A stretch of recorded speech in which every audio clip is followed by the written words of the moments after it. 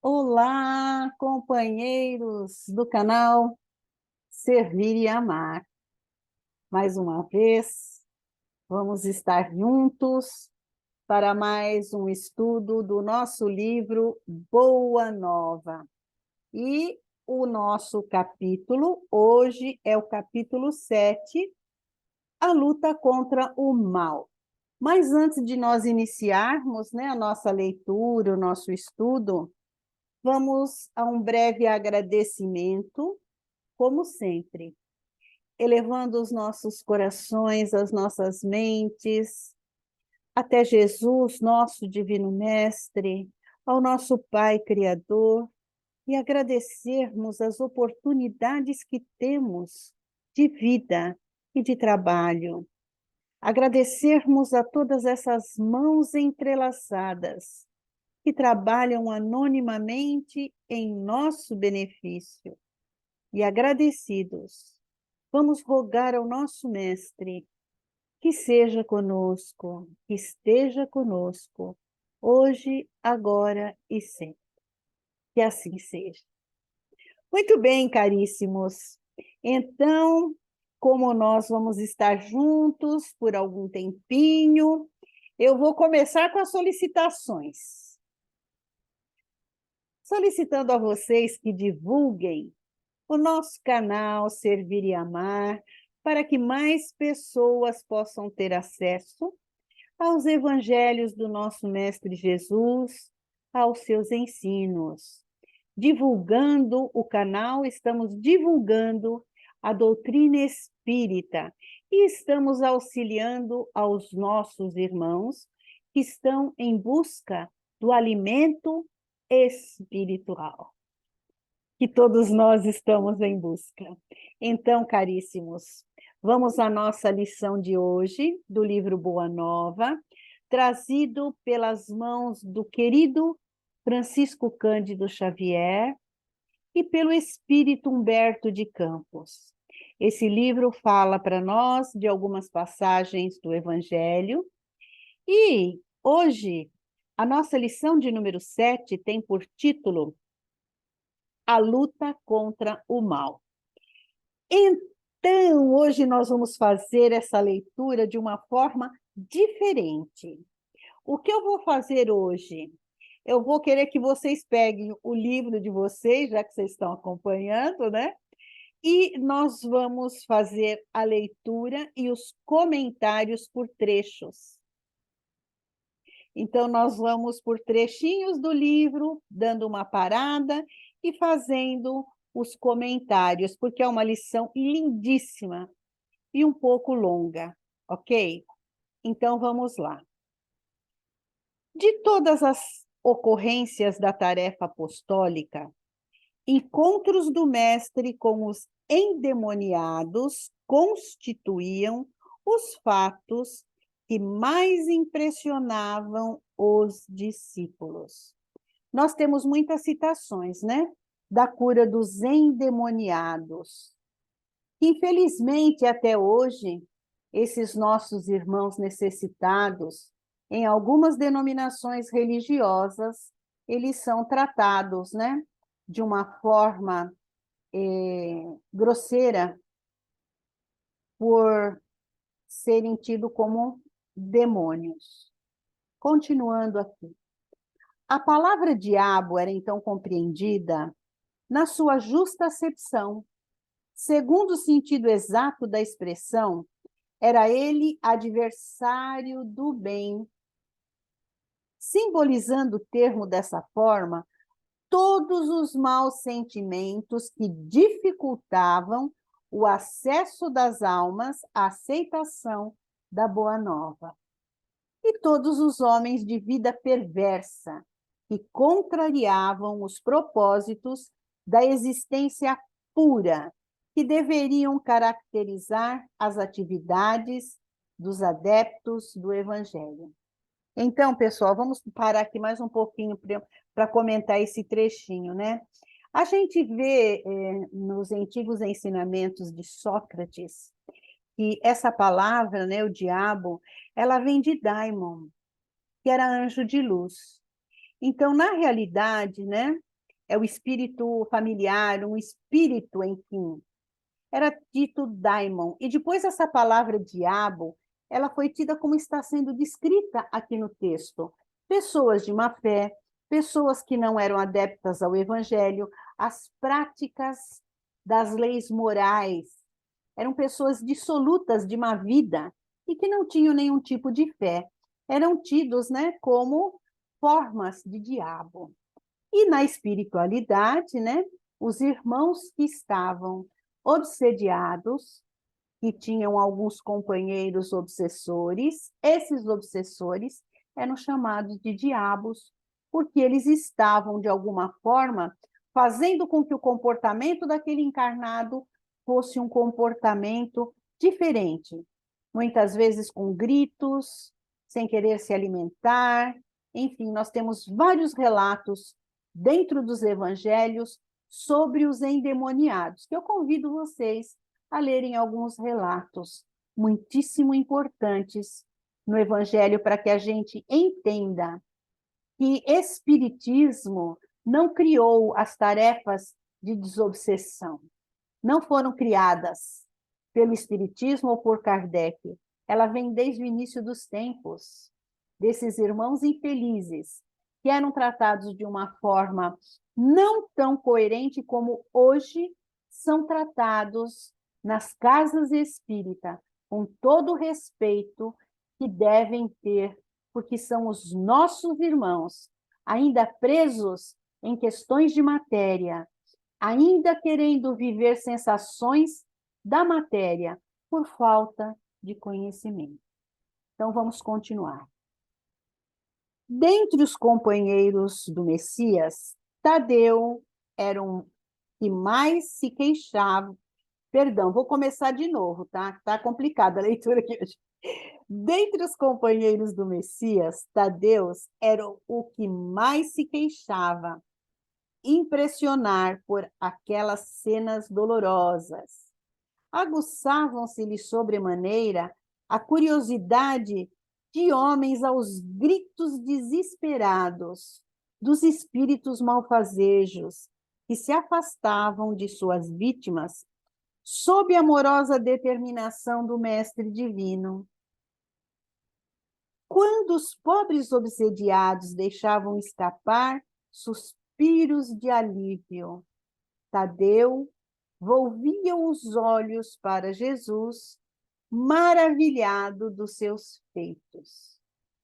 Até hoje nós nos maravilhamos com os feitos de Jesus, né? Que muitos falam ser milagres e que nós sabemos que são feitos, não são milagres. Então, pessoal, nós vamos falar um pouco de Tadeu. A gente não vê Tadeu, né? Nos evangelhos tão presente como a gente vê Marcos, Lucas, enfim, os 4 evangelistas. Então, vamos falar um pouco de Tadeu, conhecidos por nós, né, vulgarmente chamado de São Judas Tadeu. Esse é o nosso apóstolo, né, o nosso discípulo Tadeu, do qual nós vamos falar hoje, né? O seu diálogo com Jesus. Então, ele foi nascido ali naquela região da Galileia, como outros discípulos de Jesus também. Ele era filho de Alfeu e de Maria Cleófas. Portanto, ele era parente de Jesus. Porque Alfeu era irmão do pai de Jesus, de José, né? E a sua mãe era prima, irmã de Maria, que era de nome, né, Maria também, Maria de Cleófas, que era prima irmã da nossa Maria de Nazaré. Portanto, ela era prima de primeiro grau de Maria e Tadeu, primo de Jesus em primeiro grau. Como a gente chama, primo irmão, né? Então, a mãe, Maria de Cleófas, era prima irmã de Maria, e Tadeu, primo irmão de José, por conta de Alfeu ser irmão de José. Então, vamos continuar. O irmão Tiago né, citado nos evangelhos como Tiago, filho de Alfeu, é irmão de Tadeu, que também foi convidado por Jesus, né, para ser o seu discípulo. E chamado também de Tiago menor. Nos evangelhos, ele se torna, né, conhecido, ele e Tadeu, né, se tornam conhecidos por falarem sobre e com Jesus. E no Evangelho de João, tem um relato muito importante sobre a última ceia, de uma pergunta feita por Tadeu a Jesus, né? Porque Tadeu é pouco falado, como eu disse a princípio, nos evangelhos. Então, tem essa citação de João na Santa Ceia, quando Tadeu pergunta a Jesus. Eu vou ler aqui para não perder nada, tá, gente? Mestre, por que razão has de manifestar-te só a nós e não ao mundo? Porque na época Jesus tinha dito que não era para que o evangelho fosse a boa nova pregada aos gentios, somente aos judeus, né? E Jesus responde: a verdadeira manifestação de Deus está reservada para aqueles que o amam e guardam a sua palavra. Então, nós sabemos que a boa nova, os ensinos de Jesus a seu tempo, foram divulgados, são divulgados pelo mundo todo. E é raro, né, a não ser aqueles nossos irmãos que ainda se encontram em estado de selvageria, que não conhecem Jesus. Quem hoje não conhece Jesus? Difícil, né? A gente sabe que a maioria conhece Jesus.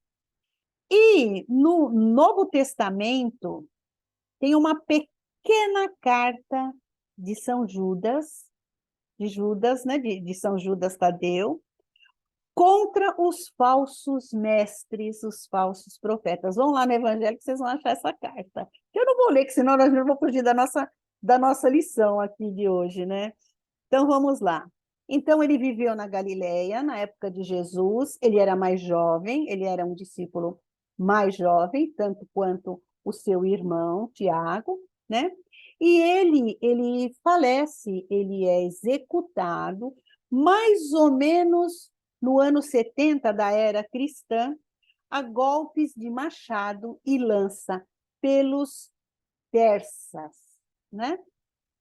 A gente sabe que dia 28 de outubro foi o dia, né, da sua execução, da sua morte, e que é comemorado o dia de São Judas Tadeu nas igrejas católicas. Existem relatos que os seus restos mortais foram trazidos da Pérsia, né, foi onde ele foi executado, e foram para a Basílica de São Pedro, onde estão até hoje, no Vaticano. Então, esse é um breve relato, né, de quem era Tadeu, né, de quem era Tadeu. Então, vamos continuar aqui na nossa leitura e nos nossos comentários. Então, eu parei aqui no trecho que ele ficava maravilhado com os feitos de Jesus e que nós ainda hoje ficamos, né? Com toda certeza. Então, continuando aqui a nossa leitura. Certo dia em que o Senhor se retirara com Tiago e João para os lados da Cesareia de Filipe, uma pobre demente lhe foi trazida a fim de que ele, Tadeu, anulasse a atuação dos espíritos perturbadores que a subjugaram. Tadeu não conseguiu modificar a situação. Ela continuou da mesma forma, né?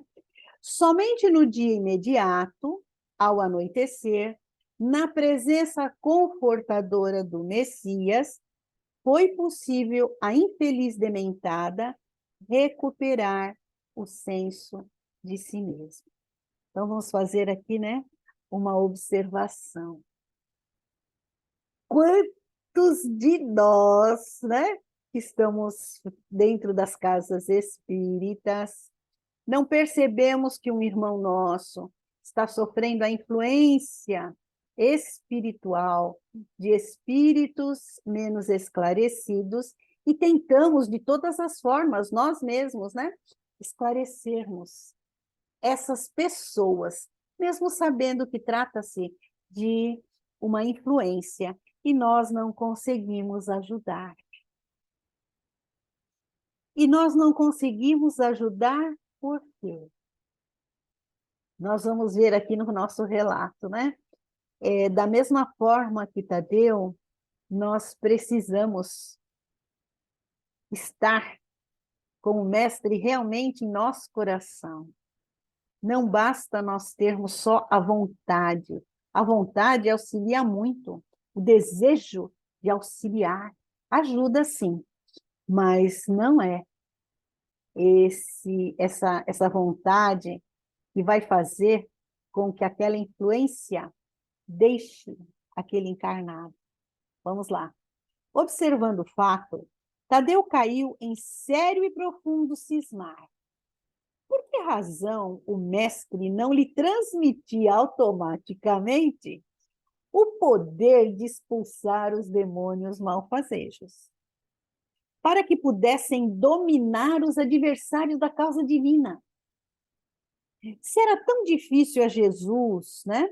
Se era tão fácil a Jesus a cura integral dos endemoniados, por que motivo não provocava a ele, de vez, a aproximação geral de todos os inimigos da luz, a fim de que, pela autoridade, fossem definitivamente convertidos ao reino de Deus? É um questionamento, né, que a gente faz até hoje. Por que é que nós ainda temos tantos irmãos desencarnados menos esclarecidos? E não só desencarnados, encarnados também. Conhecedores, muitas vezes, da doutrina, das leis divinas, da Boa Nova, do Evangelho. E por que que essa autoridade não está sobre nós, né? Porque ela não nos é imposta, como Tadeu está aqui dizendo que gostaria que fosse feito, né?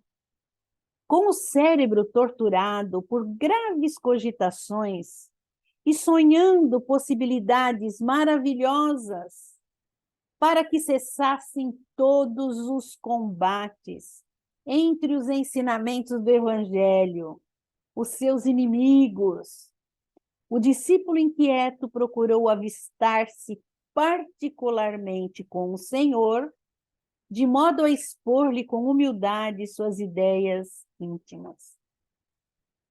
Então, vejam só, Deus nosso Pai não impõe a nenhum dos seus filhos, da mesma forma que Jesus, as suas leis, nos dá o livre-arbítrio, para que nós possamos aprender por nós o que é o certo e o que é o errado, para nós, porque o Criador é perfeição absoluta, é causa primeira de todas as coisas.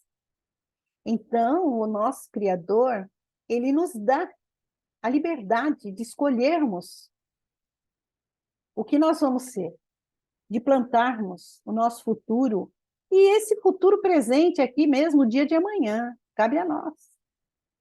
Né? Cabe a nós, não cabe aos outros. O Criador não nos impõe, Jesus não impôs. E é tão difícil a gente entender esse livre-arbítrio, né? Porque esse mal ainda existe de uma forma tão efetiva sobre o humano, sobre a criatura humana.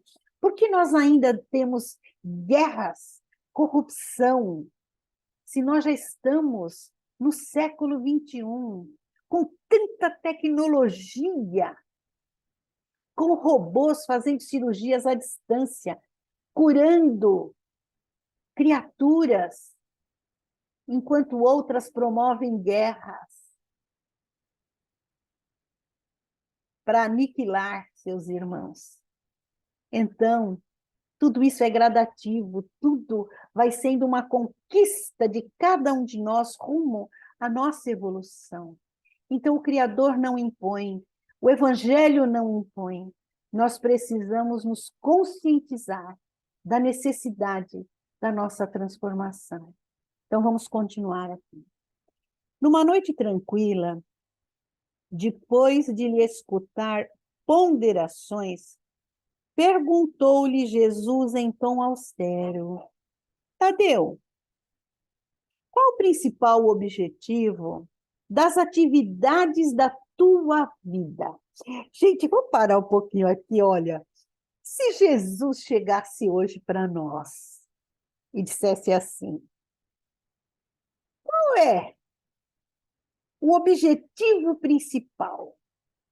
Qual é a atividade principal e objetivo principal da sua vida? Teríamos a resposta? Já temos essa resposta? Lá no fundo do nosso coração? Eu acredito que sim. Que nós temos essa resposta e nós temos muitas propostas, mas que infelizmente ficam nas propostas. Então vamos ver o que é que Tadeu vai responder a Jesus.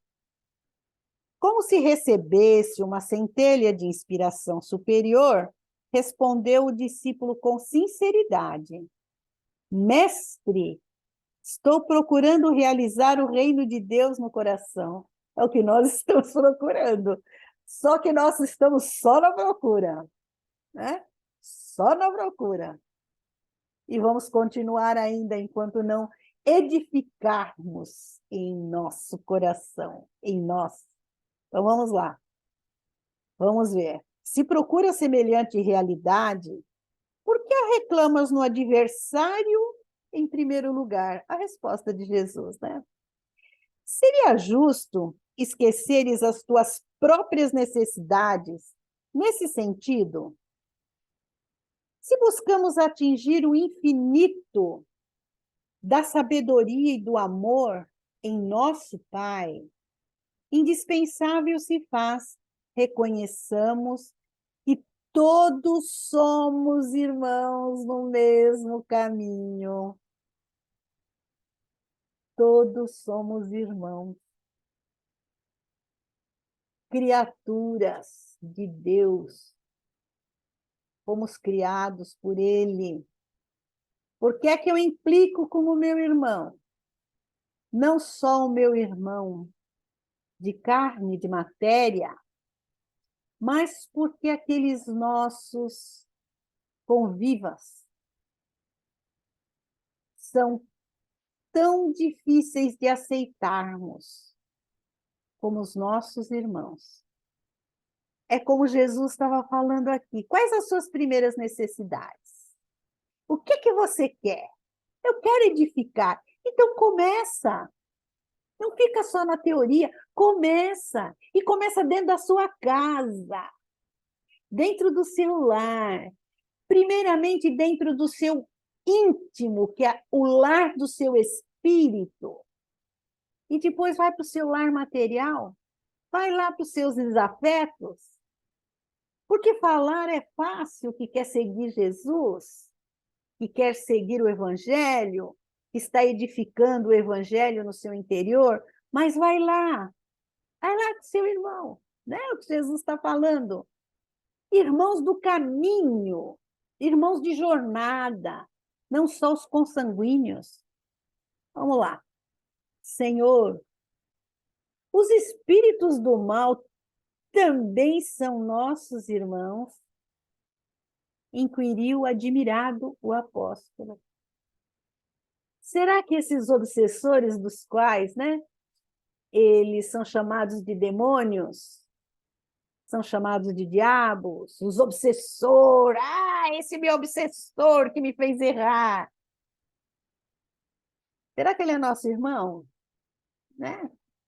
E Jesus responde para Tadeu: toda a criação é de Deus, toda a criação é de Deus, toda. Tudo o que o Pai cria e permite que seja criado. Então, nós temos muitos irmãos ainda criticando a tecnologia. Se ela está aí para servir ao homem, é porque o Criador permitiu. Ele deu inteligência. Agora, o livre-arbítrio é de cada um.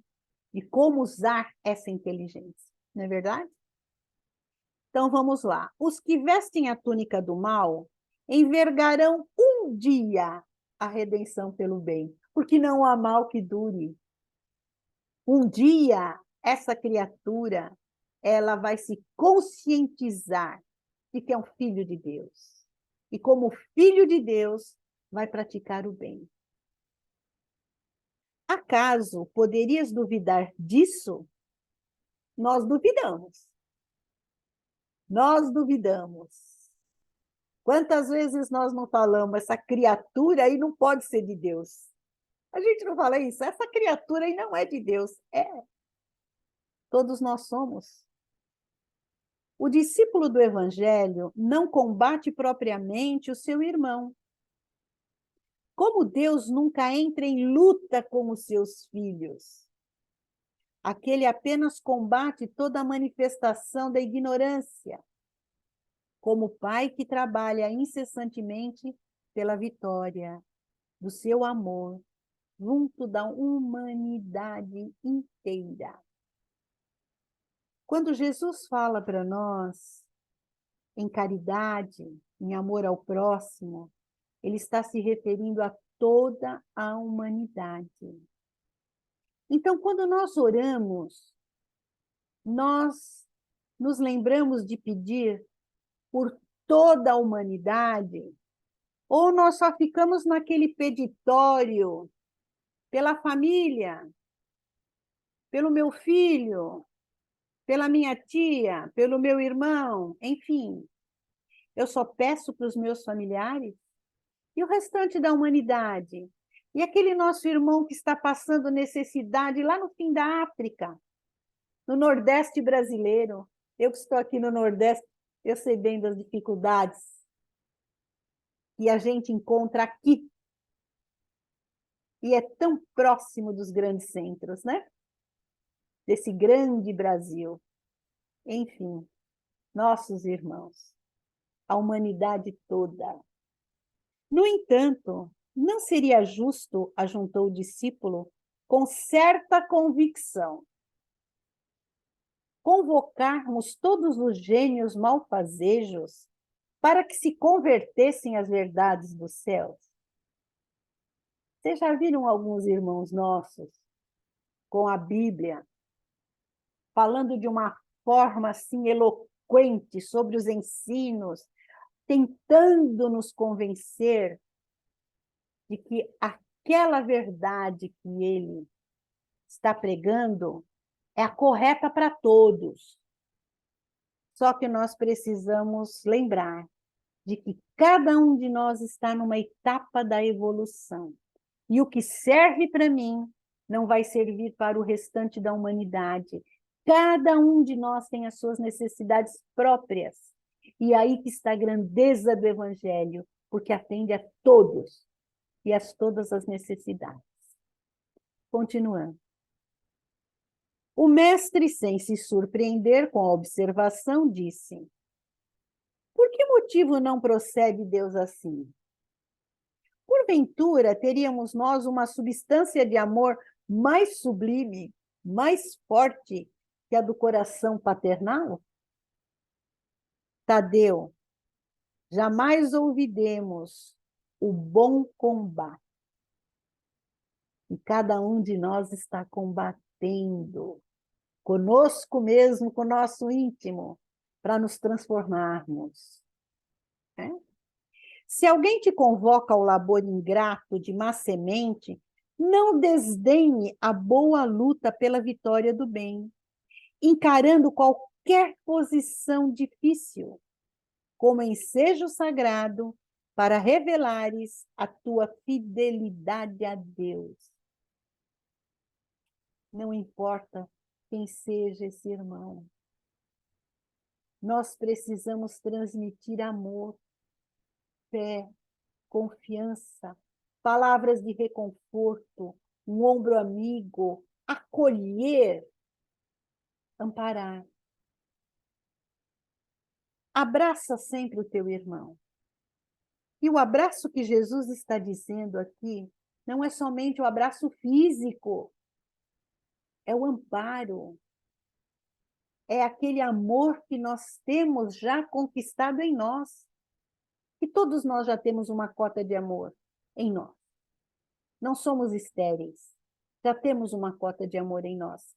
É transmitir esse nosso amor ao nosso irmão, através de abraço físico ou à distância, aquele pensamento bom, aquela oração com fé em benefício desse nosso irmão, seja ele nosso conhecido ou não.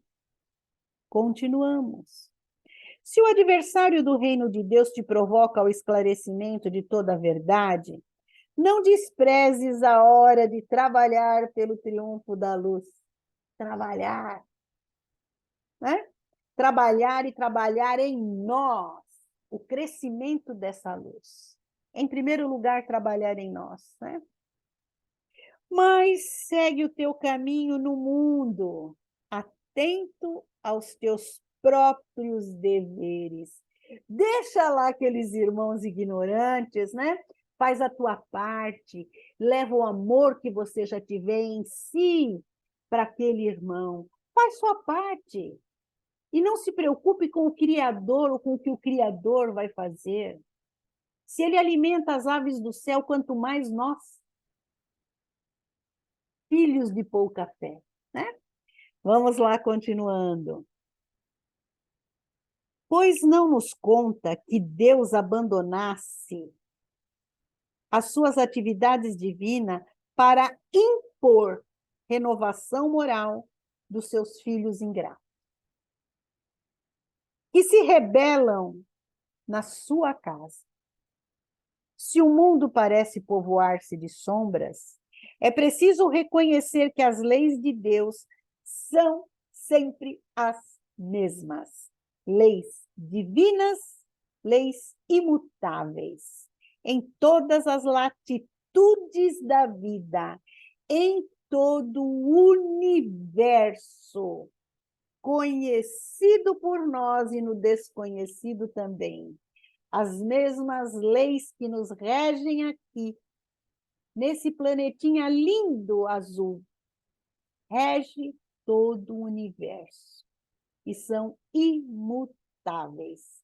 Portanto, não adianta eu querer pular para um planeta de regeneração se eu já não tiver a regeneração em mim. Porque lá no planeta regenerado, as leis são as mesmas. Vamos lá. É indispensável meditar na lição de nosso Pai e não estacionar a meio caminho que percorremos. Os inimigos do reino se empenham em batalhas sangrentas? Não ouvides o teu próprio trabalho. Padecem o inferno das ambições desmedidas? Caminhas para Deus. Lançam perseguições contra a verdade? Tens contigo a verdade divina, que o mundo não poderá te roubar.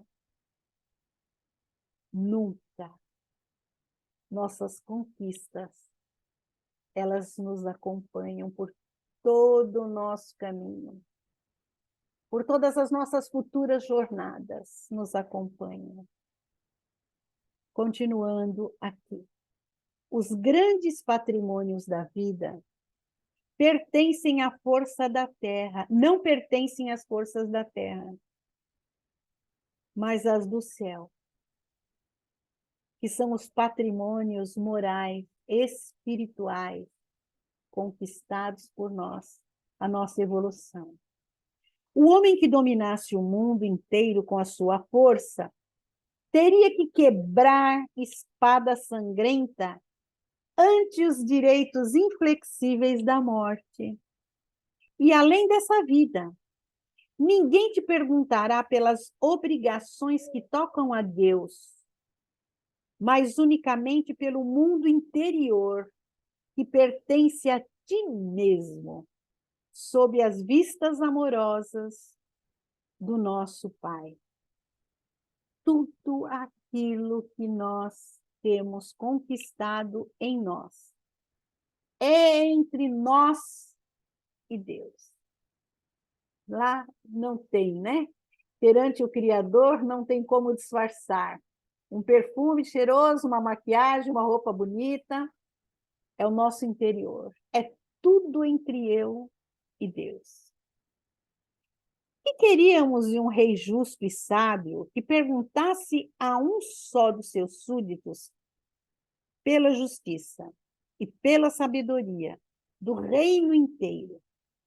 Entretanto, é natural que o súdito seja inquirido acerca dos trabalhos que foram confiados. Aí a parábola dos talentos, no plano geral. Sendo também justo se lhe pergunte pelo que foi feito dos seus pais, de sua companheira, dos seus filhos e dos seus irmãos. O que é que eu estou fazendo com o meu próximo? Já que eu estou me preocupando com os nossos irmãos na ignorância, presos ainda, né? Andas assim tão esquecido desses problemas fáceis e singelos, que é o nosso lar? Aceita a luta, sempre que fores julgado digno dela. E não te esqueças, em todas as circunstâncias, de que construir é sempre o melhor. Edificarmos em nós o evangelho de amor, através da prática, não só do evangelho lido, porque nós, infelizmente, somos ledores do evangelho. Tadeu contemplou o mestre, tomado de profunda admiração. Seus esclarecimentos lhe caíam no espírito como gotas imensas de uma nova luz. Senhor, disse ele, vossos raciocínios me iluminam o coração, mas terei errado, externando os meus sentimentos de piedade pelos espíritos malfazejos?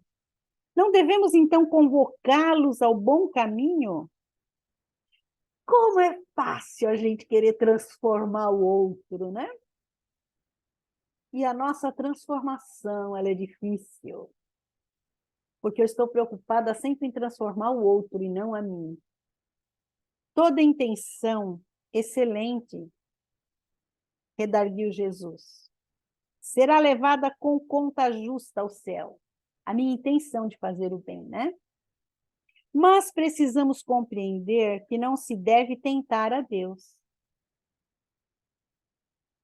Tenho aceitado a luta como o Pai ma envia e tenho esclarecido que a cada dia basta o seu trabalho, basta a cada dia o seu mal, no de Jesus, né? Não vos preocupeis com o que ireis comer ou beber no dia de amanhã, porque a cada dia basta o seu mal. E Deus, vosso Pai, que sabeis da vossa necessidade, vos dará aquilo que mereceis. Nunca reuni o colégio dos meus companheiros para provocar as manifestações dos que se comprazem na treva. Perdão, nas trevas. Reuni-os em todas as circunstâncias e oportunidades, suplicando para o nosso esforço a inspiração sagrada do Todo-Poderoso. O adversário é sempre um necessitado que comparece ao banquete das nossas alegrias e, por isso, embora não o tenha convocado, convidando somente os aflitos, os simples, os de boa vontade, nunca lhe fecharei as portas do coração. Encarando a sua vinda como uma oportunidade de trabalho, de que Deus nos julga dignos. Sabemos daqui da tarefa imensa de Jesus, junto aos fariseus, aos sacerdotes, o quanto Jesus advertiu a todos eles sobre os seus ensinos. Vamos continuando. O apóstolo humilde sorriu saciado em sua fome de conhecimento, porém acrescentou preocupado com a impossibilidade em que se via de atender eficazmente a vítima que o procurara. Senhor, vossas palavras sempre sábias. Entretanto, de que necessitarei para afastar as entidades da sombra? Quando o seu império se estabeleça nas almas. O que eu posso fazer, né? Vamos lá. Voltamos assim ao início das nossas explicações, retrucou Jesus. Pois para isso necessitas da edificação do reino no âmago do teu espírito. Sendo que esse é o objetivo de tua vida. Só a luz do amor divino é bastante forte para converter uma alma à verdade. Então não basta eu falar, como eu disse, ser um orador eloquente. Eu preciso viver o Evangelho. Eu preciso estar com o Evangelho em mim, para eu poder passar algo, para que alguém entenda, compreenda, escute. Esse reino precisa estar edificado em mim. Eu preciso ser o exemplo, vivenciando, não somente falando. Já viste algum contendor da terra convencer-se sinceramente, tão só pela força das palavras do mundo? As dissertações filosóficas não constituem toda a realização. Elas podem ser um recurso fácil da indiferença ou uma túnica brilhante, acobertando penosas necessidades. O reino de Deus, porém, é a edificação da luz divina. A luz ilumina, dispensando os longos discursos. Capacita-te de que ninguém pode dar ao outrem aquilo que não possua no coração. Vai, trabalha sem cessar pela tua grande vitória.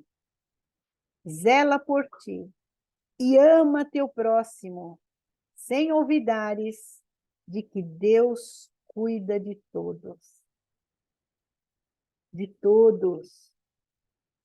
Desde o menor dos vermes no seio da terra, até o mais elevado arcanjo. Todos nós vivemos imersos na misericórdia e na bondade divina. Todos, sem exceção. E como ensina Jesus, eu só vou dar aquilo que eu tenho. Eu posso querer dar mais, mas se eu não tenho essa condição, como é que eu vou dar? Eu preciso ter para dar, né? Ninguém dá o que não tem. Tadeu guardou os esclarecimentos de Jesus para retirar de sua substância o mais elevado proveito no futuro. No dia seguinte, desejando destacar perante a comunidade dos seus seguidores a necessidade de cada qual se atirar ao esforço silencioso pela própria edificação evangélica. O mestre esclareceu com os seus apólogos singelos como se encontra dentro da narrativa de Lucas. Quando o espírito imundo sai do homem, anda por lugares áridos, procurando e não achando, diz: voltarei para a casa de onde eu saí. E ao chegar, acha varrida, adornada. depois vai e leva consigo mais 7 espíritos, piores do que ele, que ali entram e habitam. E o último estado daquele homem fica sendo pior do que o primeiro. Essa advertência de Jesus, esse ensino, essa advertência que está lá em Lucas, nós deveríamos nos lembrar dela o tempo todo, porque ela está nos falando da nossa transformação. Então, eu vou buscar auxílio para que os obsessores não me incomodem mais. E muitas vezes eu vou à casa espírita, na maioria das vezes, ou em outro templo religioso, eu encontro socorro. E eu digo assim, graças a Deus me livrei dos obsessores, ficaram todos lá. Só que o meu comportamento não mudou, mas o meu perispírito está mais iluminado pelo efeito dos tratamentos a que eu me submeti, das assistências, da misericórdia divina e das tarefas dos amigos espirituais. Só que eu não modifiquei.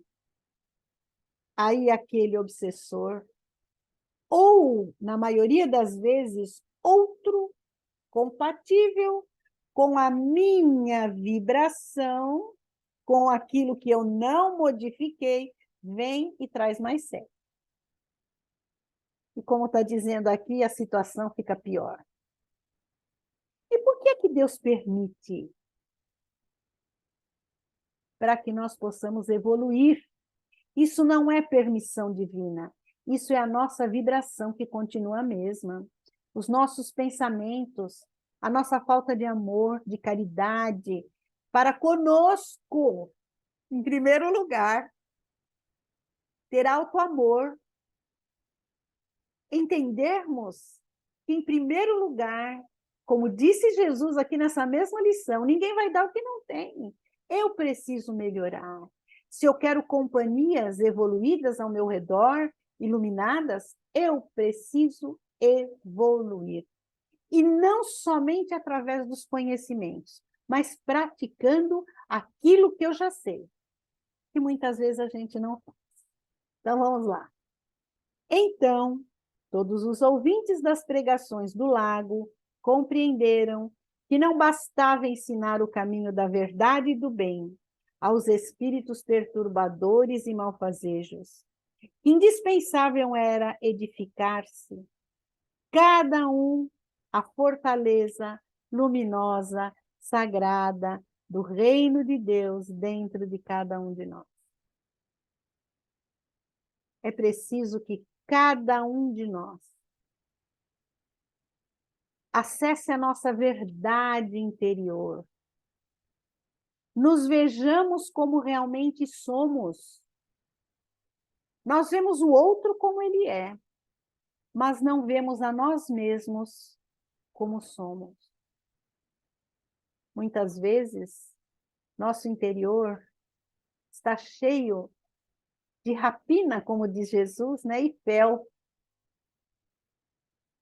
E nós não nos damos conta, porque nós estamos preocupados com o mal do mundo, quando a evolução do mundo, o bem do mundo, começa dentro de cada um de nós. O mundo melhor que eu quero começa dentro de cada um de nós. E vamos nos lembrar de Paulo.